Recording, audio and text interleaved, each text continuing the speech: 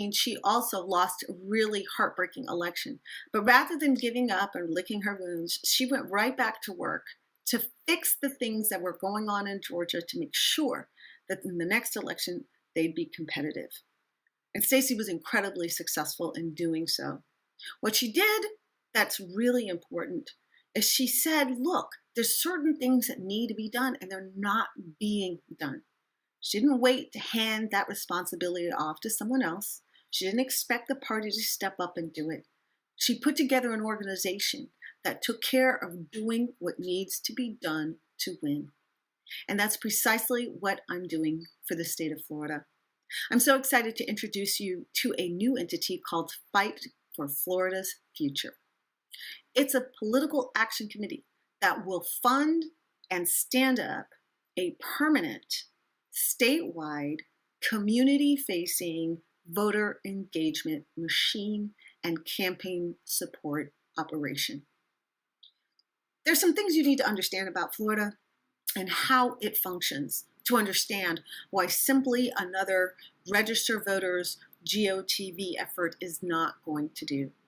But I don't want to demean or poo-poo those efforts. Florida has some amazing organizations that work at the grassroots level, whether it's the Second Chances Coalition that got restoration of felon voting rights, or great union-sponsored entities like Working Families Party or New Florida Majority, Organizing Florida. We're really lucky to have so many excited, energetic, and friendly volunteers that are Democrats who are willing to go out and knock doors in the heat of Florida summer. We don't have a problem with finding strong candidates or getting enthusiastic volunteers. We even have a pretty strong donor base in the state of Florida as well. What we're lacking, however, is the kind of infrastructure that makes all of those entities and all of those efforts work efficiently and work in a way that actually wins elections. In order to understand what's going on wrong on the Democratic side, you kind of need to understand what's going right on the Republican side. And by right, I mean going correctly and effectively. The biggest advantage that Republicans have in the state of Florida is the ubiquity of Fox News. In Florida, if you are going to get your nails done or go to the dentist or you're getting your oil changed, chances are the business is watching Fox News. Fox News is the default television station. It's the din in the background. It's not viewed as extreme right here. It's viewed as the only source of news that is quote unquote credible. But because it is so ubiquitous, you don't see MSNBC or CNN regularly in Florida. Fox News does the heavy lifting of spreading Republican messaging all over the state, 24/7, 365. And I want to make something absolutely clear. Fox News is an extension of RNC messaging. If you want to know what the RNC members are saying, look at Fox News because that's what the talking heads are going to be saying too. It is an enormous messaging advantage. And sadly, the Democrats in the state of Florida have nothing that comes close to competing with that. In fact, they don't have any system or infrastructure that messages year-round on Democratic platform at all. That's something that needs to change. Another thing you need to understand about the GOP in Florida is that it is a business structure and works hand in hand with the Florida Chamber of Commerce.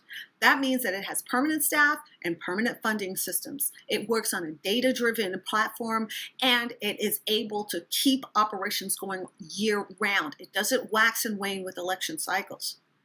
However, the same is not true on the Democratic side.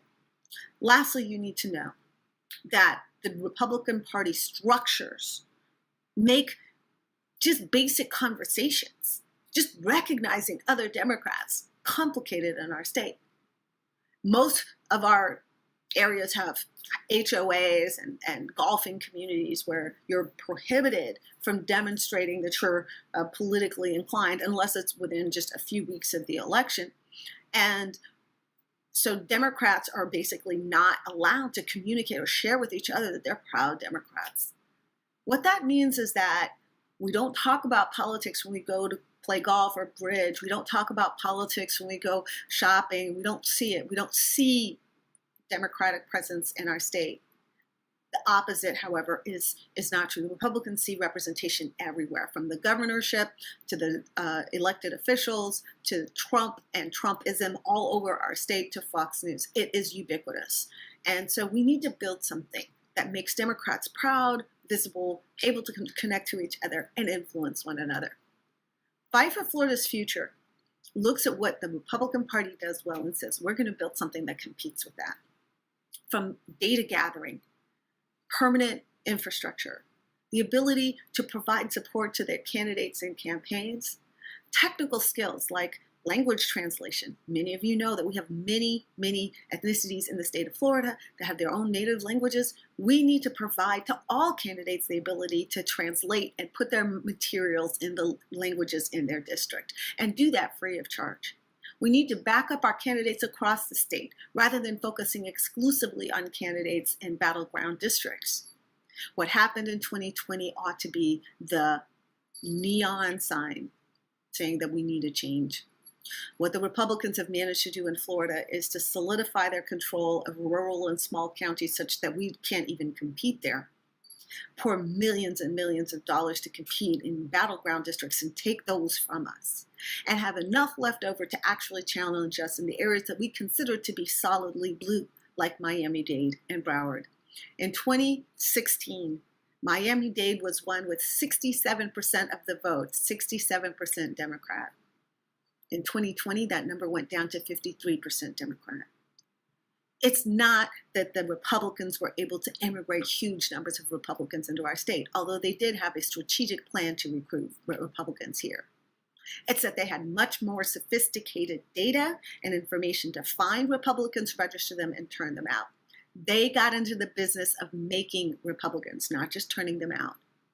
We need to be in the business of making Democrats, not just turning them out. I'm so excited to share this plan and this idea with you, because if we fund this and we stand this up, we're going to have something that's lasting, permanent, and year-round. It doesn't go into the ether when campaign season is over. It gives all of our candidates a better fighting chance by messaging year-round and landing punches on incumbent Republicans like Marco Rubio and Ron DeSantis. Right now, they have high approval ratings in the state of Florida, even if they're considered lousy across the country, because in Florida, the messaging always comes from Fox News. We've got to find a way to compete year-round, to support our candidates all the time, to make it easier to run in our states, and to make the Republicans defend their turf against an insurgent, energized, unified, and permanent Democratic presence.